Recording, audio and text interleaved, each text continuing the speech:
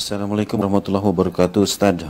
Ya, Semoga Ustaz dalam perlindungan Allah dan sehat selalu. Allah muliakan Anda. Saya mau tanya Ustaz, apa amalan terbaik di bulan Ramadan dan apa saja tanda-tanda puasa yang diterima oleh Allah Subhanahu wa taala? Dan satu lagi Ustaz, mohon promosikan channelku agar Baik. Ya. Baik, bismillah. Teman-teman dimanapun Anda berada, saudara-saudariku yang mungkin terhubung, baik di Indonesia, dari Medan, Lombok, Bengkulu, Palangkaraya, yang saya cintai, dan saudara-saudariku yang di Malaysia, juga beberapa negara yang bergabung. Ada pertanyaan, apa amalan terbaik Rasulullah SAW di bulan Ramadan? Dan ciri-ciri puasa seseorang diterima oleh Allah Subhanahu wa taala. Hadis riwayat Ibnu Abbas radhiyallahu taala anhuma, dari Nabi sallallahu alaihi wasallam, bersumber dari Nabi sallallahu alaihi wasallam ketika diamati oleh Ibnu Abbas, disampaikan kana Nabi sallallahu alaihi wasallam ajwadan nas wa ajwadu ma yakunu fi Ramadan. Adalah Nabi sallallahu alaihi wasallam itu orang paling baik, dermawan, dan bertambah kedermawanannya saat tiba Ramadan. Ya, kalau jud itu umumnya ke harta. Ya. Yang kedua, beliau menambah bacaan Qur'annya. Ya. Khina yalqahu Jibril fi kulli lailatin min Ramadan. Khususnya ketika Jibril datang setiap malam Ramadan, itu bertadarus dengan Nabi sallallahu alaihi wasallam. Ya, dua. Jadi satu hadis ini menunjukkan dua amalan. Satu, sedekah. Yang kedua, bacaan Al-Qur'an. Tiga, hadis riwayat Muslim dari Ibnu Umar radhiyallahu taala anhuma, nomor hadis 749. Kalau beda kitabnya, dicek rawinya, riwayatnya.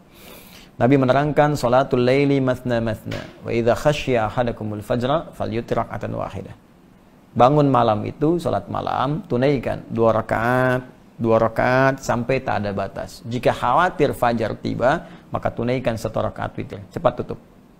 Terkait dengan Ramadan, ada hadis khusus, ya, yang langsung diriwayatkan statusnya sahih. Statusnya sahih. Bahkan amalan salat malam ini redaksinya itu diserupakan identik dengan redaksi puasa. Ya, saya ulang ya.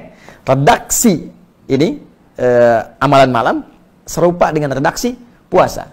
Yang puasa, man shoma ramadhana imanan wa ihtisaban ghufira lahu ma taqaddama min dhanbi. Siapa yang menunaikan puasa dengan penuh keikhlasan dan dia sering mengoreksi dirinya saat puasa itu, ya, karena imannya kepada Allah, diampuni dosa-dosa yang telah lalu sampai di hari dia puasa itu. Itu punya dosa berapa banyak? Sama dengan saya, banyak. Nggak terhitung kan? Masuk kita Ramadan, di situ kita tunaikan karena Allah. Salah satu cirinya kita koreksi, introspeksi, kurangnya apa, salahnya apa. Terus banyak istighfar. Tunaikan, berusaha ikhlas puasa. Begitu kita mengingat dosa, istighfar, jatuh air mata kita, ampunan diturunkan oleh Allah sampai hari itu. Kalau antum meninggal pas di hari itu, dosa udah gugur, dapat langsung pahala puasa.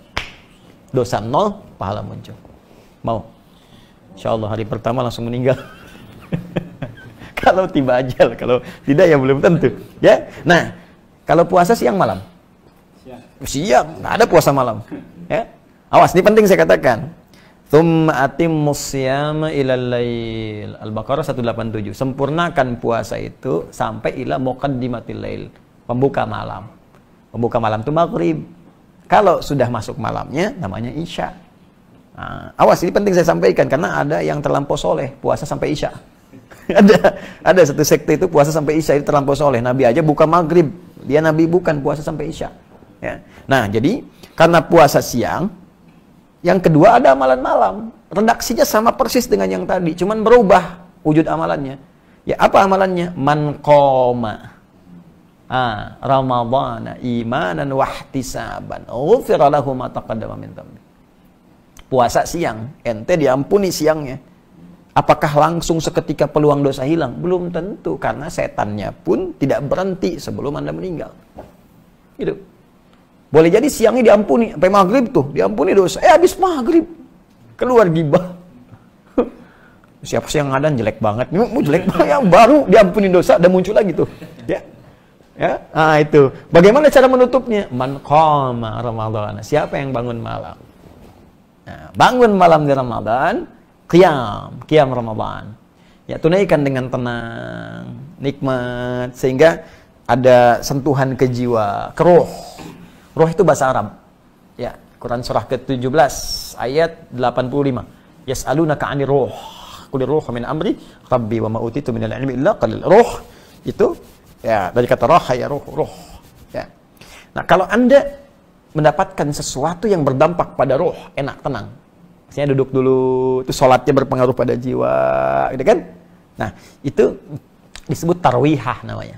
Tarwihatun. Jadi saat sholat ada getaran ke jiwa enak, terus istirahat sebentar, sholat lagi, tarwihah. Kalau berkali-kali dijamakan namanya tarawih. Nah, kan? Baik, malam Ramadan ada sholat apa? Tarawih. Nah, tarawih itu sifatnya. Jadi tunaikan sholat dengan tenang. Ya, ada dampak ke jiwa, itu maksud tarawih. Ya. Jadi kalau kita punya getaran ke jiwa, tenang, nyaman, nah itu sifatnya disebut apa? Tarawih. Kalau dalam sholat itu sampai kita tobat, sujud, doa, begitu tobat jatuh air mata, diampuni dosa sampai malam itu. Dari semua perjalanan hidup kita sampai di situ. Nah, itu disebut tarawih. Nah, jadi jangan tergesa-gesa. Ya, ada orang sholat 11 rakaat 1 jam. Masa yang 23 7 menit? Allahu Akbar, Allahu Akbar, Allahu Akbar. Nah, itu ya. Nah, jadi walaupun secara fikih mungkin bisa benar, tapi nilai tarawihnya bisa hilang. Secara fikih mungkin bisa benar, bacaan cepat mungkin bisa saja. Tapi nanti ada beberapa bagian-bagian yang hilang. Tumanina apa dan sebagainya, ya nggak usah jauh-jauh, Nabi aja kan nggak begitu gitu. Ya, pelan-pelan. Nah, kembali kepada tadi, jadi amalan apa yang dikerjakan saat Ramadan? Kita rinci tadi. Ya, masih ingat yang pertama tadi kan ada 2, sedekah. Ya, karena itu siapkan dari sejak sekarang. Tabungan kita pelan-pelan. Tidak harus uang, makanan ya. Yang kira-kira nanti bisa dikonsumsi. Sekarang banyak saudara-saudari kita terdampak dengan situasi sekarang itu. Yang kekurangan makanan, berbagi, terapkan. Kita bikin program yang amin itu, Ansar Muhajirin itu ya. Alhamdulillah teman-teman dimanapun Anda berada, kami telah kirimkan bagian pertama ke saudara-saudari kita Indonesia yang ada di Malaysia, sudah sampai, semoga bermanfaat. Dan juga untuk teman-teman kita coba bersabar ya dalam situasi ini. Saya sarankan semua yang Allah titipkan sehingga terasa lebih. Bukan kaya, ingat. Awas ya, awas, yang kaya itu Allah, Anda cuma dapat titipan. Dan itu dihisab oleh Allah Subhanahu wa taala. Jadi sebelum itu dipindahkan pada orang lain, gunakan secara baik ya untuk memberikan kebaikan kepada keluarga kita, keluarga terdekat dan yang jauh, samping-samping kita. Bersinergi. Nah, kata Nabi, ayo berbagi saat Ramadan walaupun cuman sehirup air, 1 kurma. Ya, itu bahasa majas ya. Jangan gini misalnya aqua 1 sedot, udah kan. Kok cuma sedot? Ya hadis Nabi kan tidak. Ya, jadi itu majas kiasan ya, batas kiasan lah. Jadi walaupun air kita bagikan ya, kurma, kan kurma nggak harus dimasak lagi ya. Jadi bisa langsung. Tapi yang matang. Ya, jangan kurma yang mentah itu kan. Oh ini kok mentah ya, tunggu sampai buka mungkin matang kan. Tidak begitu. Ya, jadi kasihkan yang bisa dikonsumsi. Jadi 1 sedekah, nilainya tinggi. Kemudian Quran. Ya, Nabi aja sampai khatam Ramadan itu sekali. Ketika akan wafat 2 kali khatam. Ya, tadarus, pahami artinya ya dengan baik, baca dengan bagus. Yang ketiga tadi salat malam, hidupkan. Ya, itu amalan diantara yang dianjurkan Nabi Sallallahu Alaihi Wasallam. Dan ada kalimat muhasabah. Muhasabah itu introspeksi diri, ya, minta ampunan dari dosa. Yang kelima memperbanyak doa. Perbanyak doa itu ada di Quran surah kedua dalam rangkaian ayat Ramadan ayat 186. Memperbanyak doa pada Allah. Taubat, perbanyak doa. Nanti ada buku saya tentang makna ayat puasa. Itu membahas ayat puasa dari ayat Al-Baqarah 183 sampai 187. Dan setiap hurufnya. Saya ayyuhalladzina amanu, ya berapa kali disebutkan di Quran, maknanya apa dan sebagainya sampai ayat 187. Jadi secara singkat itu amal-amalannya. Yang terakhir, apa tandanya puasa seseorang diterima oleh Allah Subhanahu wa taala?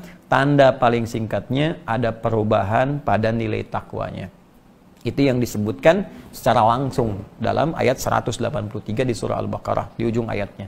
Ya ayyuhalladzina amanu kutiba alaikumussyam kama kutiba alal ladzina min qablikum la'allakum tattaqun. Hai orang-orang beriman, diwajibkan atas kalian menunaikan ibadah puasa seperti orang dulu pernah menunaikannya.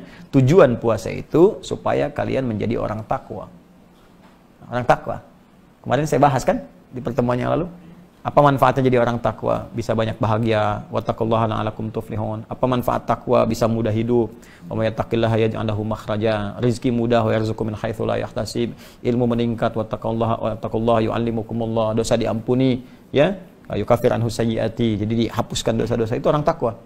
Nah, jadi kalau dia berhasil puasanya, maka ketakwaannya meningkat. Apa ciri takwa itu? Kembali ke Al-Baqarah yang kemarin kita kaji. Keimanan meningkat, salat menjadi rajin, alladzina yu'minuna bil ghaib, ya wa yuqimunas shalah, salatnya jadi rajin. Sebelum puasa, mohon maaf, hanya yang fardu-fardu. Saat puasa dilatih menunaikan sunnah. Gini.